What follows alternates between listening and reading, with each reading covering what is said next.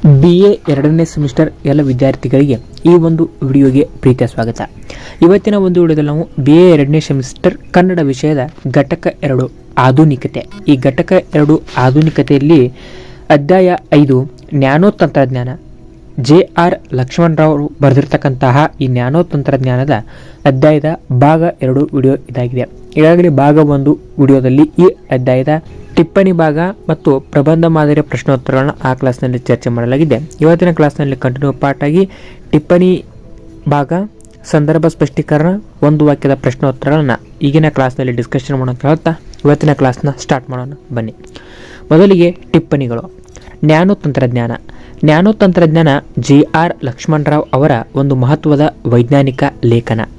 ಇತ್ತೀಚಿನ ಪ್ರಮುಖ ತಂತ್ರಜ್ಞಾನ ಬೆಳವಣಿಗೆಗಳಲ್ಲಿ ಒಂದಾದ ನ್ಯಾನೋ ತಂತ್ರಜ್ಞಾನದ ಸ್ವರೂಪ ಹಾಗೂ ಉಪಯುಕ್ತತೆಯನ್ನು ಪ್ರತಿಪಾದಿಸುವುದು ಈ ಲೇಖನದ ಮೂಲ ಆಶಯ ತಿರುಳು.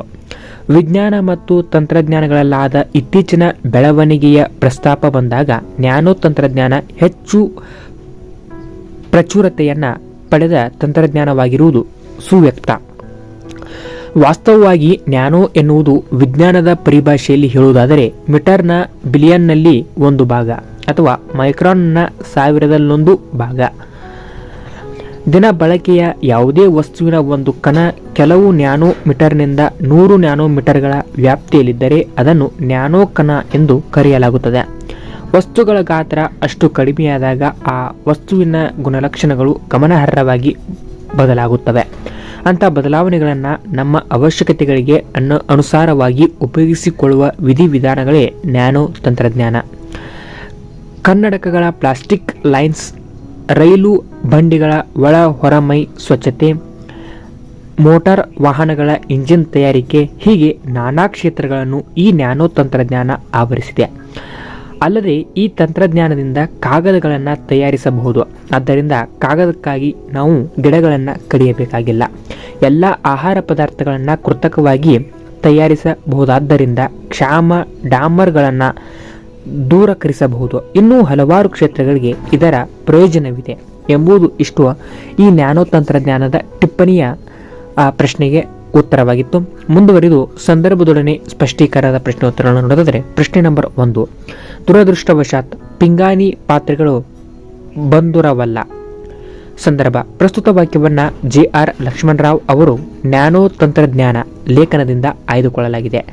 ನ್ಯಾನೋ ತಂತ್ರಜ್ಞಾನದಲ್ಲಿ ಪಿಂಗಾಣಿ ಪಾತ್ರೆಗಳ ಬಳಕೆಯನ್ನು ಕುರಿತು ವಿವರಿಸುವ ಸಂದರ್ಭದಲ್ಲಿ ಲೇಖಕರು ಈ ಮಾತನ್ನು ಹೇಳುತ್ತಾರೆ. ಸ್ಪಷ್ಟೀಕರಣ. ಕಾರ್, ಬಸ್ ಮುಂತಾದ ಮೋಟಾರ್ ವಾಹನಗಳ ಇಂಜಿನ್ನುಗಳಿಗೆ ಬಳಸಿದ ಕಬ್ಬಿಣ ಅಥವಾ ಕಬ್ಬಿಣದ ಮಿಶ್ರಲೋಹಗಳು ಪೆಟ್ರೋಲ್ ಅಥವಾ ಡೀಸೆಲ್ ಉರಿಸಿದಾಗ ಉಂಟಾಗುವ ಹೆಚ್ಚಿನ ಉಷ್ಣತೆ ಮತ್ತು ಒತ್ತಡಗಳ ಕಾರಣವಾಗಿ ರಾಸಾಯನಿಕ ಕೊರತೆಗೆ ಗುರಿಯಾಗುತ್ತವೆ. ಇದರಿಂದ ಇಂಜಿನಿನ ಜೀವಾವಧಿ ಗಣನೀಯವಾಗಿ ಕಡಿಮೆಯಾಗುತ್ತದೆ. ಪಿಂಗಾಣಿ ಪದಾರ್ಥಗಳು ಆ ಬಗೆಯ ರಾಸಾಯನಿಕ ಕೊರತೆಗೆ ಗುರಿ ಆಗುವುದಿಲ್ಲವಾದ್ದರಿಂದ ಪ್ರಬಲವಾದ ಆಮ್ಲಗಳನ್ನು ತುಂಬಿಡಲು ಪಿಂಗಾಣಿ ಜೇಡಿ ಜಾಡಿಗಳನ್ನು ಉಪಯೋಗಿಸುವುದು ತುಂಬ ಸೂಕ್ತ.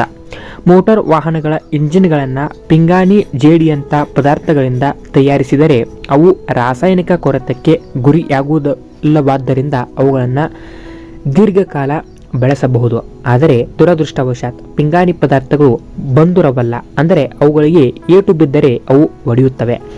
ಕಬ್ಬಿಣ ಮತ್ತು ಅದರ ಮಿಶ್ರಲೋಹಗಳಂತೆ ಪಿಂಗಾಣಿ ವಸ್ತುಗಳು ಸಹಿತ ಬಡಿದು ಹಾಳೆಗಳನ್ನು ತಯಾರಿಸುವಂತಿದ್ದರೆ ಅಥವಾ ಎಳೆದು ಸಲಾಕೆ ತಂತಿಗಳನ್ನು ಮಾಡುವುದು ಸಾಧ್ಯವಿದ್ದರೆ ಮೋಟಾರ್ ಇಂಜಿನ್ಗಳನ್ನು ಪಿಂಗಾಣಿ ಪದಾರ್ಥಗಳಿಂದ ತಯಾರಿಸಬಹುದಾಗಿತ್ತು. ಇದನ್ನು ವಿವರಿಸುವ ಸಂದರ್ಭದಲ್ಲಿ ಲೇಖಕರು ಈ ಮೇಲಿನಂತೆ ಹೇಳುತ್ತಾರೆ ಎಂಬುದು ಸಂದರ್ಭದ ಸ್ಪಷ್ಟೀಕರಣಕ್ಕೆ ಉತ್ತರವಾಗಿತ್ತು. ಮುಂದುವರೆದು ಪ್ರಶ್ನೆ ನಂಬರ್ 2, ವಿದ್ಯುತ್ ಉತ್ಪಾದನೆಗೆ ಬೇಕೆಂದು ಭೂಮಿಯನ್ನು ಅಗೆದು ಕಲ್ಲಿದ್ದಲು ತೆಗೆಯಬೇಕಾಗಿಲ್ಲ. ಸಂದರ್ಭ. ಪ್ರಸ್ತುತ ವಾಕ್ಯವನ್ನು JR ಲಕ್ಷ್ಮಣರಾವ್ ಅವರ ನ್ಯಾನೋ ತಂತ್ರಜ್ಞಾನ ಲೇಖನದಿಂದ ಆಯ್ದುಕೊಳ್ಳಲಾಗಿದೆ. ನ್ಯಾನೋ ತಂತ್ರಜ್ಞಾನದ ಪ್ರಯೋಜನವನ್ನು ವಿವರಿಸುವ ಸಂದರ್ಭದಲ್ಲಿ ಲೇಖಕರು ಈ ಮಾತನ್ನು ಹೇಳುತ್ತಾರೆ. ಸ್ಪಷ್ಟೀಕರಣ. ನ್ಯಾನೋ ತಂತ್ರಜ್ಞಾನದಿಂದ ಹಲವಾರು ಪ್ರಯೋಜನಗಳುಂಟು. ನಮ್ಮ ಪರಿಸರಕ್ಕೆ ಉಂಟು ಮಾಡಿರುವ ಹಾನಿಯನ್ನೆಲ್ಲ ಈ ನ್ಯಾನೋ ತಂತ್ರಜ್ಞಾನದಿಂದ ಸರಿಪಡಿಸಬಹುದು. ನ್ಯಾನೋ ತಂತ್ರಜ್ಞಾನದಿಂದ ಕಾಗದವನ್ನು ತಯಾರಿಸಬಹುದಾದ್ದರಿಂದ ಅದಕ್ಕಾಗಿ ಕಾಡು ಕಡಿಯಬೇಕಾಗಿಲ್ಲ. ಎಲ್ಲ ಪದಾರ್ಥಗಳನ್ನು ಕೃತಕವಾಗಿ ತಯಾರಿಸಬಹುದಾದ್ದರಿಂದ ಕ್ಷಾಮ ಡಾಮರ್ಗಳನ್ನು ದೂರೀಕರಿಸಬಹುದು. ಅದಕ್ಕಿಂತ ಮಿಗಿಲಾಗಿ ಇಂದಿನವರೆಗೆ ವ್ಯವಸಾಯದ ಭೂಮಿಗಾಗಿ ಕಾಡುಗಳಿಂದ ಪಡೆದ ಭೂಮಿಯನ್ನೆಲ್ಲ ಕಾಡು ಬೆಳೆಯಲು ಅವಕಾಶ ಮಾಡಿಕೊಡಬಹುದು. ವಿದ್ಯುತ್ ಉತ್ಪಾದನೆಗೆ ಬೇಕೆಂದು ಭೂಮಿಯನ್ನು ಅಗೆದು ಕಲ್ಲಿದ್ದಲು ತೆಗೆಯಬೇಕಾಗಿಲ್ಲ. ಸೌರ ವಿದ್ಯುತ್ತನ್ನು ಉತ್ಪಾದನೆಗೆ ಬೇಕಾಗುವ ಸೌರ ಪ್ಯಾನಲ್ಗಳನ್ನು ಕೃತಕವಾಗಿ ತಯಾರಿಸಿ ವಿದ್ಯುತ್ತನ್ನು ಹೇರಳವಾಗಿ ಪಡೆಯಬಹುದು. ಈ ಹಿಂದೆಯೇ ಹೇಳಿರುವಂತೆ ಈ ಪಟ್ಟಿಗೆ ಕೊನೆಯೇ ಇಲ್ಲ. ಲೇಖಕರು ಇದನ್ನು ವಿವರಿಸುತ್ತಾ ಈ ಮೇಲಿನಂತೆ ಹೇಳುತ್ತಾರೆ ಎಂಬುದು ಇಷ್ಟು. ಎರಡು ಪ್ರಶ್ನೆಗಳು ಸಂದರ್ಭದೊಂದಿಗೆ ಸ್ಪಷ್ಟೀಕರಣಕ್ಕೆ ಸ್ವಾರಸ್ಯವಾದಂಥ ಉತ್ತರಗಳಾಗಿದ್ದವು. ಮುಂದುವರೆದು ಒಂದು ವಾಕ್ಯದ ವಸ್ತುನಿಷ್ಠ ಪ್ರಶ್ನೋತ್ತರಗಳನ್ನು ಚರ್ಚೆ ಮಾಡೋದಾದರೆ ಅದರಲ್ಲಿ ಪ್ರಶ್ನೆ ನಂಬರ್ 1, ನ್ಯಾನೋ ತಂತ್ರಜ್ಞಾನ ಲೇಖನದ ಕರ್ತೆ ಯಾರು? ಉತ್ತರ JR ಲಕ್ಷ್ಮಣರಾವ್. ಪ್ರಶ್ನೆ ನಂಬರ್ 2, ನ್ಯಾನೋ ತಂತ್ರಜ್ಞಾನ ಲೇಖನದ ತಿರುಳೇನು? ಉತ್ತರ ನ್ಯಾನೋ ತಂತ್ರಜ್ಞಾನದ ಸ್ವರೂಪ ಹಾಗೂ ಉಪಯುಕ್ತತೆಗಳನ್ನು ಪ್ರತಿಪಾದಿಸುವುದು. 3, ವಿಜ್ಞಾನದ ಗುರಿ ಏನು? ಉತ್ತರ ನಮ್ಮ ಸುತ್ತಮುತ್ತಲಿನ ಚೇತನ ಅಚೇತನ ವಸ್ತುಗಳ ಬಗ್ಗೆ ನಂಬಲರ್ಹವಾದ ಜ್ಞಾನ ಗಳಿಸುವುದು. 4, ತಂತ್ರಜ್ಞಾನದ ಗುರಿ ಏನು? ಉತ್ತರ ವಿಜ್ಞಾನದಿಂದ ಗಳಿಸಿದ ಜ್ಞಾನವನ್ನು ಬಳಸಿಕೊಳ್ಳುವುದು. 5, ವಿಜ್ಞಾನಗಳಾವವು? ಉತ್ತರ ಭೌತ ವಿಜ್ಞಾನ, ಜೀವವಿಜ್ಞಾನ, ಖಗೋಳ ವಿಜ್ಞಾನ ಮುಂತಾದವುಗಳು. 6, ತಂತ್ರಜ್ಞಾನಗಳಾವವು? ಉತ್ತರ ಇಂಜಿನಿಯರಿಂಗ್, ವೈದ್ಯಶಾಸ್ತ್ರ, ಕೃಷಿ ವಿಜ್ಞಾನ ಮುಂತಾದವುಗಳು. 7, ನ್ಯಾನೋ ತಂತ್ರಜ್ಞಾನ ಎಂದರೇನು? ಉತ್ತರ ವಸ್ತುವಿನ ಗಾತ್ರ ಕಡಿಮೆಯಾದಾಗ ಅದರ ಗುಣಲಕ್ಷಣಗಳಲ್ಲಾಗುವ ಬದಲಾವಣೆಯನ್ನು ನಮ್ಮ ಅವಶ್ಯಕತೆ ಅನುಸಾರವಾಗಿ ಉಪಯೋಗಿಸಿಕೊಳ್ಳುವ ವಿಧಿವಿಧಾನವೇ ನ್ಯಾನೋ ತಂತ್ರಜ್ಞಾನ. ಪ್ರಶ್ನೆ ನಂಬರ್ 8, ನ್ಯಾನೋ ಕಣ ಎಂದರೇನು? ಉತ್ತರ ಕೆಲವು ನ್ಯಾನೋಮೀಟರ್ನಿಂದ 100 ನ್ಯಾನೋಮೀಟರ್ಗಳ ವ್ಯಾಪ್ತಿಯಲ್ಲಿರುವ ದಿನ ಬಳಕೆಯ ಯಾವುದೇ ವಸ್ತುವಿನ ಒಂದು ಕಣವನ್ನು ನ್ಯಾನೋ ಕಣ ಎನ್ನುತ್ತಾರೆ. 9, ಬಡಿದು ಹಾಳೆಗಳನ್ನಾಗಿ ತಯಾರಿಸಲು ಬರುವ ವಸ್ತುಗಳಾವವು? ಉತ್ತರ ಬಡಿದು ಹಾಳೆಗಳನ್ನಾಗಿ ತಯಾರಿಸಲು ಬರುವ ವಸ್ತುಗಳೆಂದರೆ ಕಬ್ಬಿಣ ಹಾಗೂ ಅದರ ಮಿಶ್ರ ಲೋಹಗಳು. ಪ್ರಶ್ನೆ ನಂಬರ್ 10, ಬಡಿದು ಹಾಳೆಗಳನ್ನಾಗಿ ತಯಾರಿಸಲು ಬಾರದ ವಸ್ತುಗಳಾವವು? ಉತ್ತರ ಬಡಿದು ಹಾಳೆಗಳನ್ನಾಗಿ ತಯಾರಿಸಲು ಬಾರದ ವಸ್ತುಗಳೆಂದರೆ ಪಿಂಗಾಣಿ ವಸ್ತುಗಳು. ಪ್ರಶ್ನೆ ನಂಬರ್ 11, ದೃಷ್ಟಿದೋಷದ ಜನರು ಉಪಯೋಗಿಸುವ ಕನ್ನಡಕಗಳ ಲೆನ್ಸ್ಗಳು ಯಾವುದರಿಂದ ತಯಾರಾದವು? ಉತ್ತರ ದೃಷ್ಟಿದೋಷದ ಜನರು ಉಪಯೋಗಿಸುವ ಕನ್ನಡಕಗಳ ಲೆನ್ಸ್ಗಳು ಗಾಜಿನಿಂದ ತಯಾರಾದವು. ಪ್ರಶ್ನೆ ನಂಬರ್ 12, ರೈಲುಗಳು ಮೈ ತುಂಬ ನುಣುಪಾಗಿ ಕಾಣಲು ಏನು ಮಾಡಬೇಕು? ಉತ್ತರ ರೈಲುಗಳ ಮೈ ತುಂಬ ನುಣುಪಾಗಿ ಕಾಣಲು ನ್ಯಾನೋ ಕಣಗಳನ್ನು ಕಲಸಿದ ಬಣ್ಣವನ್ನು ರೈಲುಗಳ ಮೈಗೆ ಬಳೆಯಬೇಕು. ಪ್ರಶ್ನೆ ನಂಬರ್ 13, ಯಾವ ಪದಾರ್ಥಗಳು ಬಂಧುರವಲ್ಲ? ಉತ್ತರ ಪಿಂಗಾಣಿ ಪದಾರ್ಥಗಳು ಬಂಧುರವಲ್ಲ. ಪ್ರಶ್ನೆ ನಂಬರ್ 14, ಪಿಂಗಾಣಿ ಪದಾರ್ಥಗಳನ್ನು ಯಾವಾಗ ಹಾಳೆಗಳಾಗಿ ಕಟ್ಟಬಹುದು? ಉತ್ತರ ಪಿಂಗಾಣಿ ಪದಾರ್ಥಗಳನ್ನು ನ್ಯಾನೋ ಕಣಗಳಾಗಿ ತೆಗೆದುಕೊಂಡಾಗ ಹಾಳೆಗಳಾಗಿ ಕಟ್ಟಬಹುದು.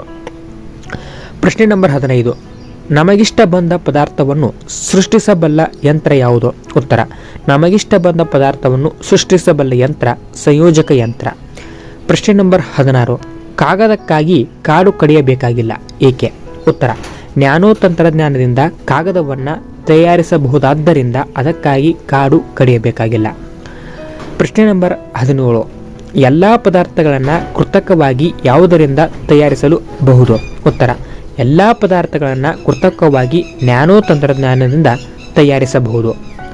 ಪ್ರಶ್ನೆ ನಂಬರ್ 18, ನ್ಯಾನೋ ತಂತ್ರಜ್ಞಾನದಿಂದ ಏನನ್ನ ಬೆಳೆಯಲು ಅವಕಾಶ ಮಾಡಿಕೊಡಬಹುದು? ಉತ್ತರ ನ್ಯಾನೋ ತಂತ್ರಜ್ಞಾನದಿಂದ ಇಂದಿನವರೆಗೆ ವ್ಯವಸಾಯದ ಭೂಮಿಗಾಗಿ ಕಾಡುಗಳಿಂದ ಪಡೆದ ಭೂಮಿಯನ್ನೆಲ್ಲ ಕಾಡು ಬೆಳೆಯಲು ಅವಕಾಶ ಮಾಡಿಕೊಡಬಹುದು. ಪ್ರಶ್ನೆ ನಂಬರ್ 19, ನ್ಯಾನೋ ತಂತ್ರಜ್ಞಾನದಿಂದ ಕ್ಷಾಮ ಡಾಮರ್ಗಳನ್ನು ಹೇಗೆ ದೂರೀಕರಿಸಬಹುದು? ಉತ್ತರ ನ್ಯಾನೋ ತಂತ್ರಜ್ಞಾನದಿಂದ ಎಲ್ಲ ಪದಾರ್ಥಗಳನ್ನು ಕೃತಕವಾಗಿ ತಯಾರಿಸಬಹುದಾದ್ದರಿಂದ ಕ್ಷಾಮ ಡಾಮರ್ಗಳನ್ನು ದೂರೀಕರಿಸಬಹುದು. ಪ್ರಶ್ನೆ ನಂಬರ್ 20, ವಿದ್ಯುತ್ತನ್ನು ಹೇರಳವಾಗಿ ಹೇಗೆ ಪಡೆಯಬಹುದು? ಉತ್ತರ ಸೌರ ವಿದ್ಯುತ್ತಿನ ಉತ್ಪಾದನೆಗೆ ಬೇಕಾಗುವ ಸೌರ ಪ್ಯಾನಲ್ಗಳನ್ನು ಕೃತಕವಾಗಿ ತಯಾರಿಸುವುದರಿಂದ ವಿದ್ಯುತ್ತನ್ನು ಹೇರಳವಾಗಿ ಪಡೆಯಬಹುದು ಎಂಬುದು ಇಷ್ಟು ಈ ಅಧ್ಯಾಯದ ಸಂಪೂರ್ಣವಾದಂತಹ ಅಭ್ಯಾಸ ಪ್ರಶ್ನೋತ್ತರಗಳಿಗೆ ಸ್ವಾರಸ್ಯವಾದಂತಹ ಉತ್ತರವಾಗಿತ್ತು ಅಂತ ಹೇಳ್ತಾ ಮತ್ತೆ ಇಷ್ಟು ಈ ಅಧ್ಯಾಯದ ಅಂತಿಮ ಭಾಗವಾಗಿತ್ತು. ಮತ್ತೆ ಮುಂದಿನ ಕ್ಲಾಸ್ನಲ್ಲಿ ಮತ್ತೆ ಇದರ ಮುಂದಿನ ಅಧ್ಯಾಯಗಳನ್ನ ಚರ್ಚೆ ಮಾಡುವ ಕ್ಲಾಸ್ನಲ್ಲಿ ಭೇಟಿಯಾಗೋಣ. ಅಲ್ಲಿವರೆಗೂ ಎಲ್ಲರಿಗೂ ನಮಸ್ಕಾರ. ಜೈ ಹಿಂದ್, ಜೈ ಕರ್ನಾಟಕ ಮಾತೆ.